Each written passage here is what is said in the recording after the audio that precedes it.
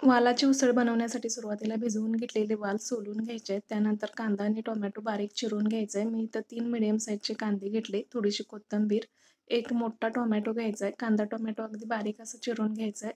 उन्हाळ्यामध्ये अगदी भाज्या कमी असतात, पण अशी उसळ बनवायला अगदी सोपी रेसिपी आहे. त्यानंतर आपल्याला याची फोडणी बनवायची आहे. कढईमध्ये थोडंसं तेल घालायचं आहे. तेल तापल्यानंतर मोहरी, जिरं घालायचं आहे. थोडासा कढीपत्ता घालायचा आहे.